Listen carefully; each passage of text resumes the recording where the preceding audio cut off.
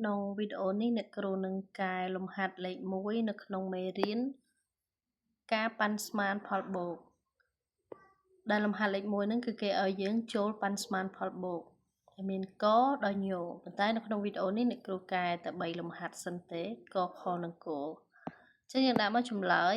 1ប៉ាន់ស្មានផលបូកអញ្ចឹងដើម្បីប៉ាន់ស្មានផលបូកដំបូងគឺយើងត្រូវបង្គុតទូនីមួយៗត្រឹមខ្ទង់ធំបំផុតរួចហើយយើងធ្វើប្រមាណវិធីបូកអញ្ចឹងយើងឃើញថាខ្ទង់ធំបំផុតនៃទូទី1នេះគឺខ្ទង់ពាន់ចំណែកខាងក្រោមខ្ទង់ធំបំផុតគឺខ្ទង់រយអញ្ចឹងខ្ទង់ធំបំផុតនៃទាំងពីរទូហ្នឹងគឺខ្ទង់រយអញ្ចឹងគឺយើងត្រូវបង្គាត់ទូនីមួយៗហ្នឹងត្រឹមខ្ទង់រយអញ្ចឹងដើម្បីបង្គាត់ខ្ទង់រយដំបូងគឺយើងត្រូវរាប់ទៅរកខ្ទង់រយអញ្ចឹងយើងរាប់មករាយ10រយអញ្ចឹងខ្ទង់រយលេខ8បន្ទាប់ពីរាប់ឃើញខ្ទង់រយហើយចាគឺយើងត្រូវមើលក្រោយខ្ទង់រយមួយខ្ទង់ចាក្រោយខ្ទង់រយមួយខ្ទង់បើសិនជាក្រោយខ្ទង់រយហ្នឹងមានលេខ0លេខ1លេខ2លេខ3លេខ4គឺយើងត្រូវបង្គុតចុះប៉ុន្តែបើក្រោយខ្ទង់រយហ្នឹងមានលេខ5 6 7 8 9យើងបង្គុតឡើងចឹងយើងឃើញថាក្រោយខ្ទង់រយហ្នឹងលេខ2ចឹងយើងត្រូវបង្គុតចុះបើបង្គុតចុះលេខខ្ទង់រយហ្នឹងគឺនៅដដែលហើយខាងក្រោយគឺយើងបដូរទៅជា0អញ្ចឹងចំនួនហ្នឹងគឺបង្គុតទៅជា3800បន្ទាប់មកយើងត្រូវបង្គុតទូទី2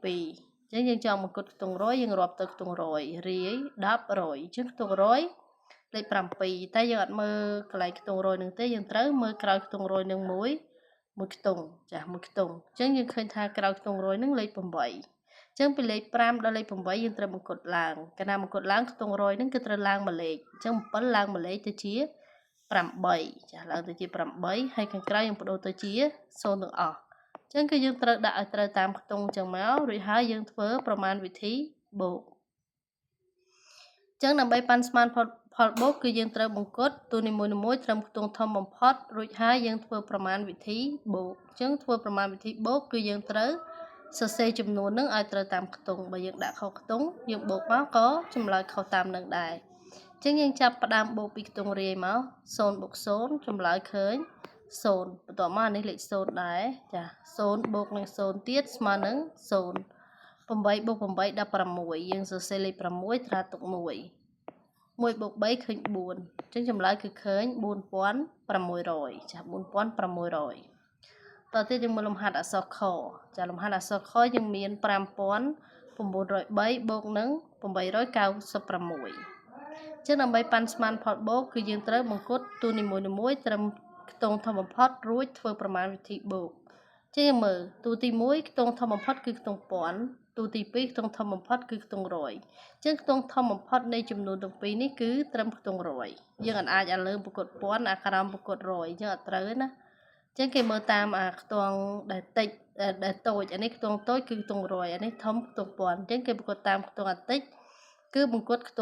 ង់រយចាចឹងដើម្បីបង្គុតខ្ទង់រយយើងត្រូវរាប់ទៅរកខ្ទង់រយយើងរាប់មករាយ10រយខ្ទង់រយលេខ9បន្ទាប់ពីយើងរាប់ឃើញខ្ទង់រយហើយយើងមើលក្រោយខ្ទង់រយមួយខ្ទង់បើលេខនឹង0ដល់4យើងបង្គុតចុះចឹងយើងឃើញថានេះលេខ0យើងបង្គុតចុះបើកាលណាបង្គុតចុះខ្ទង់រយហ្នឹងគឺទុកនៅដដែលហើយខាងក្រៅយើងបដូរទៅជា0ចឹងចំនួនហ្នឹងគឺទៅជាចាបង្គុតទៅជា5900រីឯខាងក្រោមយើងចង់បង្គុតខ្ទង់រយចាយើងរាប់មករាយ10រយអញ្ចឹងខ្ទង់រយលេខ8បន្ទាប់មកយើងមើលក្រោយលេខខ្ទង់រយហ្នឹងមួយខ្ទង់ចា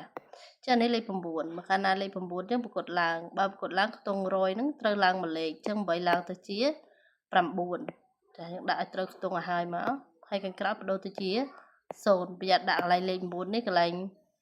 លេខ9ដាក់ក្រោមលេខ5ដល់ពេលយើងធ្វើប្រមាណវិធីបូកមកខុសហើយអញ្ចឹងដាក់ឲ្យត្រូវតាមខ្ទង់ឲ្យហើយមក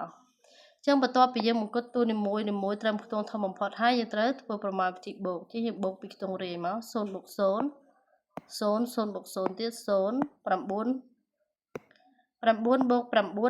18ជាងយើងសរសេរលេខ8ត្រាទុក1 1បូកនឹង5គឺ6ជាចម្លើយគឺឃើញ6800តទៀតលំហាត់អក្សរគួរយើងមាន6245បូកនឹង1930អញ្ចឹងខាងលើខ្ទង់ធំបំផុត ទូទី1នេះខ្ទង់ពាន់ហើយខាងក្រោមទូទី2នេះខ្ទង់ធំបំផុតក៏ខ្ទង់ពាន់ដែរអញ្ចឹងខ្ទង់ធំបំផុតនៃចាចំនួននេះគឺខ្ទង់ពាន់អញ្ចឹងយើងត្រូវបង្កើតទូនីមួយៗត្រឹមខ្ទង់ពាន់ទាំងពីរចាឥឡូវខាងលើខ្ទង់ពាន់តែខាងក្រោមខ្ទង់រយអញ្ចឹងគេបង្កើតខ្ទង់ធំបំផុតតាមខ្ទង់ដែលតូចចានេះយើងបង្កើតត្រឹមខ្ទង់ពាន់អញ្ចឹងដើម្បីបង្កើតខ្ទង់ពាន់យើងចាត្រូវរាប់រកខ្ទង់ពាន់រាយ10 100 ពាន់ខ្ទង់ពាន់លេខ6តែយើងអត់មើលលេខ6នឹងទេយើងមើលក្រោយវាមួយខ្ទង់ចាក្រោយវាមួយខ្ទង់លេខ2អញ្ចឹងបង្កើតចុះបើបង្កើតចុះ6នេះនៅដដែលហើយខាងក្រោយបដូរទៅជា0តមកទៀតយើងមើលខាងក្រោមម្ដង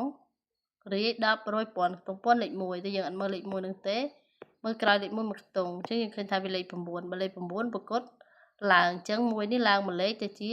2ហើយខាងក្រោយបដូរទៅជា0ទាំងអស់ហើយយើងដាក់ឲ្យត្រូវខ្ទង់មក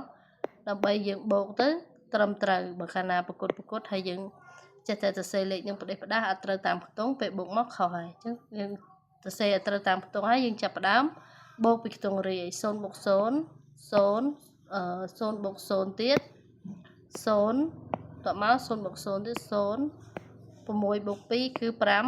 8ចឹងអ្នកគ្រូសូមបញ្ជាក់បន្តិចកន្លែងនេះគឺជាកន្លែងដែលអ្នកគ្រូបញ្យល់ពួកយើងទេហើយពេលដែលយើងធ្វើដាក់បន្ទុកយើងអត់